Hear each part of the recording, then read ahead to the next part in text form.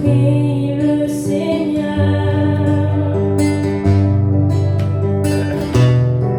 de nouvelles forces me renouvellent.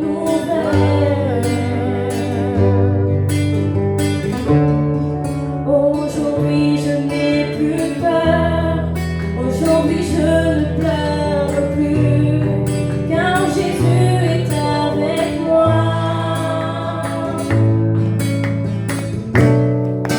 Quand je prie le Seigneur, de nouvelles forces me renouvellent.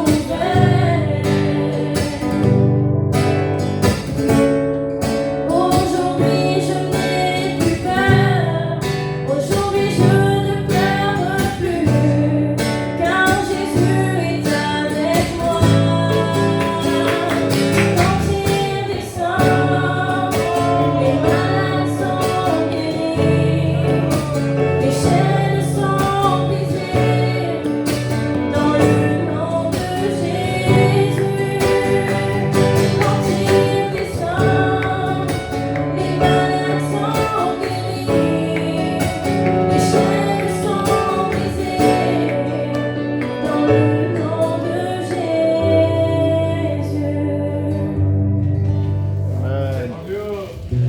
Au milieu de vous. J'ai mon cœur qui bat à 200.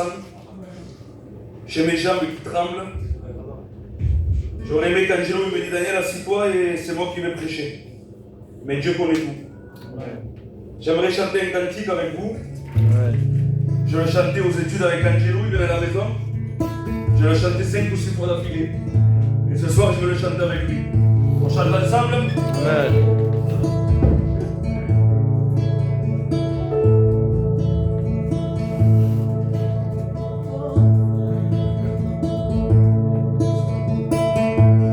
Combien de temps tu es comme ça? Rien n'a changé, tout est cassé, et il est là le Seigneur ce soir pour nous réparer. Comment ne pas douter à celui qui t'a aimé le premier? Alors viens, allez viens, Jésus t'appelle à la vie éternelle. Allez viens, il t'appelle.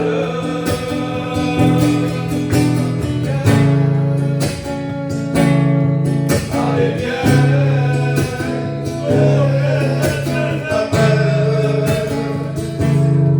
à la vie éternelle. Allez viens, il t'appelle. Sur une croix, il est monté, oui c'est pour toi, parce qu'il t'aimait, son sang a coulé, il s'est humilié, il a été rabaissé, le troisième jour il est ressuscité. Alors viens, allez viens, Jésus t'appelle à la vie éternelle. Allez viens, il t'appelle. Toi qui as connu, prie le Seigneur qui est parti si loin de lui. N'as-tu pas encore compris que rien ne valait plus que lui, car en lui les paroles de la vie. Alors viens, allez viens, Jésus t'appelle à la vie éternelle. Allez viens, il t'appelle, il t'appelle. Gloire à Dieu. Amen. Vous savez, je ne sais pas prêcher, Je suis un simple étudiant, c'est ma 4e ou 5e fois que je prêche. Je ne prêche pas longtemps, j'arrive pas. Mais des fois, il n'y en a pas besoin. Le Saint-Antonio Rémain va dire qu'il seulement un mot et mon serviteur sera guéri. Amen. Ce soir, je n'ai pas la capacité de vous apporter un bon message. Mais je vais vous dire ce qu'il y a dans mon cœur. Amen, amen.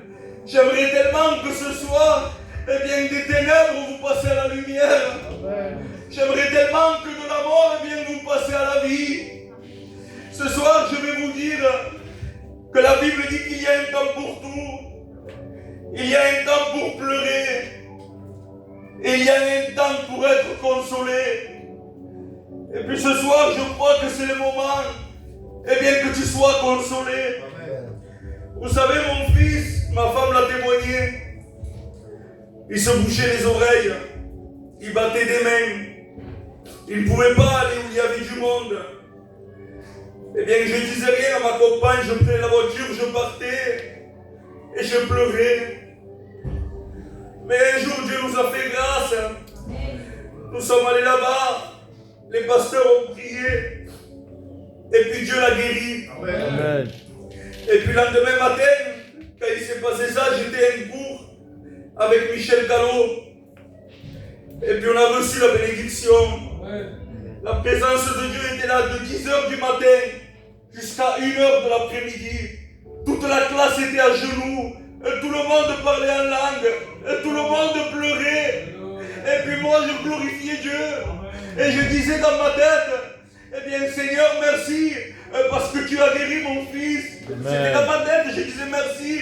Parce que sinon Seigneur, j'aurais pas pu prêcher que toi tu guérissais. Et puis là Michel Callot il était au bout. Il a pris le micro, il a dit, ça serait dommage que vous partez de ce lieu sans guérison.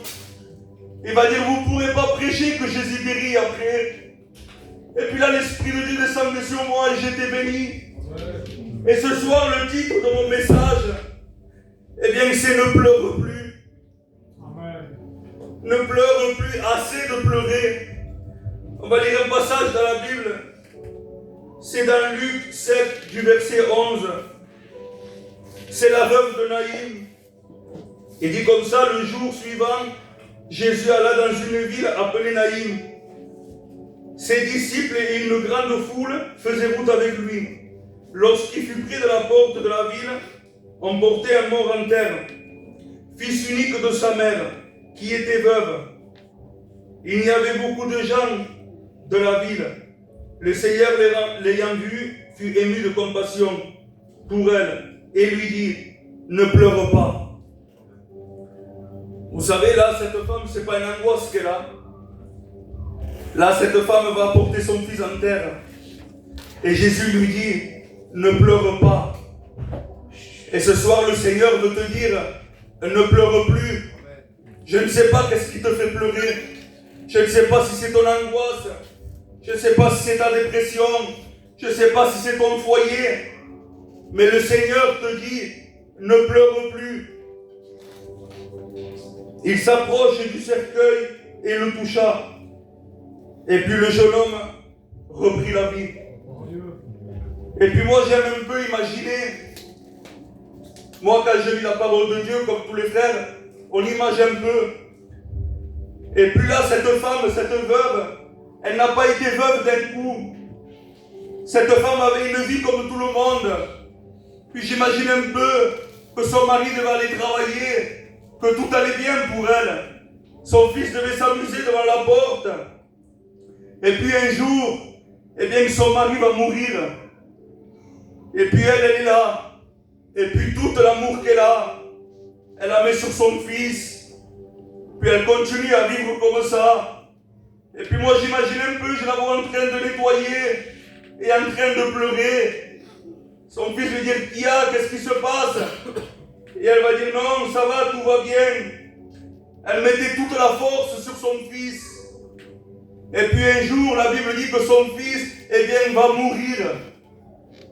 Et puis nous voyons là que cette femme part apporter son fils en terre. Et puis je la vois là, en train de suivre, avec le respect que je vous dois, ce cercueil. Et puis passer par une rue. qui s'appelle l'angoisse, puis passer dans une autre rue et qui s'appelle la dépression. Elle partait dans un endroit, elle partait dans un sens unique, elle partait dans une impasse où il n'y avait plus rien à faire pour elle. Mais je bénis Dieu que dans ce cortège de la mort, eh bien il va croiser le cortège de la vie.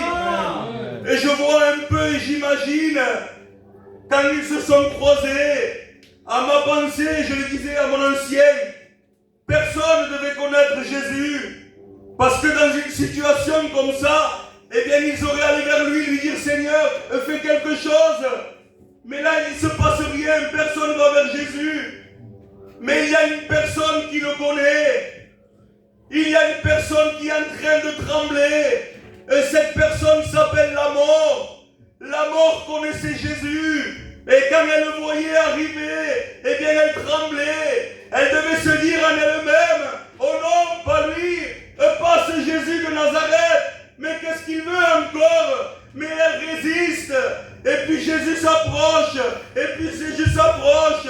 Et puis il va dire à la mère, ne pleure pas.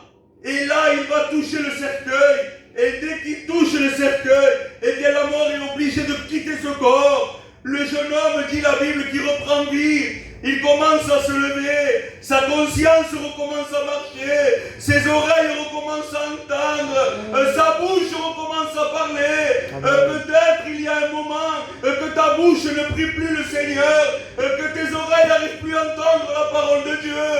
Mais ce soir, Jésus veut toucher ton cœur. Ah, je bénis Dieu ce soir. Il veut te donner la paix. Non comme le monde donne. Mais tu dois être en paix avec Dieu d'abord. Tu ne peux pas lui faire la guerre et avoir cette paix. Tu dois faire la paix avec Dieu. Tu n'as rien à perdre avec le Seigneur. Mais tu as tout à gagner. Amen. Il a donné sa vie pour toi. Dans Jean 3,16, il est écrit comme ça.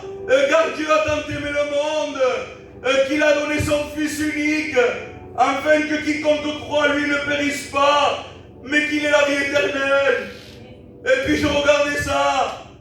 C'est pas les Romains qui l'ont cloué. C'est nous, c'est nos péchés. C'est nos iniquités qui ont cloué Jésus. Ils l'ont frappé. Ils lui ont mis une couronne d'épines. Ils lui ont arraché la barbe. Ils lui ont craché en plein visage. La Bible dit que sa langue, eh bien, était collée à son palais. Accepte Jésus ce soir. Vous savez, moi je pleurais. J'avais 15 ans. Ma mère est tombée malade. Mon père m'appelait, viens Daniel. Elle ne veut plus se soigner. Et puis moi j'allais en courant et je pleurais. Et je l'engueulais, je lui disais, mais qu'affaire, vous me soigner, tu ne me regardes pas alors à moi. Et puis elle disait, d'accord Daniel, je vais me soigner. Et puis à 17 ans, eh bien le Seigneur l'a pris. Les pleurs étaient dans ma vie, l'angoisse, la dépression. Ma famille voulait me donner des cachets et me disait prends ça, ça ira mieux. Et moi je refusais parce que je savais que la véritable paix, eh bien c'était Jésus. Amen. Et un jour je suis venu à une réunion semblable à celle-ci. Je suis rentré dans l'angoisse, je suis rentré dans la dépression, mais je suis reparti dans la joie. Le Seigneur connaît tes larmes. La Bible dit qu'il connaît le langage des larmes. Là où tu crois que personne ne te voit pas, là où tu crois que ton mari ne te voit pas, eh bien le Seigneur te voit. Et il veut prendre soin de toi. Il veut essuyer les larmes que tu pleures. Ah, accepte Jésus ce soir. J'aimerais vous dire une histoire. Cette histoire nous dit que c'est une petite fille qui est gravement malade. Et puis elle va rentrer à l'hôpital. Et puis les docteurs ils vont lui dire à sa mère qu'il n'y a que quelques heures de vie. Et puis sa mère va lui dire, qu'est-ce que tu veux que je t'achète? Tu veux que je t'achète une poupée? Tu veux que je t'achète quelque chose? Et puis elle va dire non, appelle papa. Parce que les deux parents étaient divorcés. La petite ne voyait plus son père. Va dire non, appelle papa. Et puis la mère va écouter la petite. Et va appeler son père. Et son père va venir ici. Et quand ils vont s'asseoir à côté du lit, un d'un côté, l'autre de l'autre, la petite va prendre la main du père et va prendre la main de la mère. Et puis il va les mettre ensemble. Mais Jésus à la croix, il a pris la main du Père et il nous a réconciliés avec lui. Amen. Nous qui étions pécheurs, le ciel n'était pas pour nous. Nous étions des païens. Mais le voile s'est déchiré de haut en bas. Amen. Et bien pour que nous puissions rentrer dans la présence de Dieu. Ce soir je suis dans la joie. Je n'irai pas plus loin, j'avais ça sur mon cœur. Mais j'espère que ce soir, eh bien, tu vas choisir la bonne part. Amen. Et que Dieu vous bénisse. Gloire à Dieu.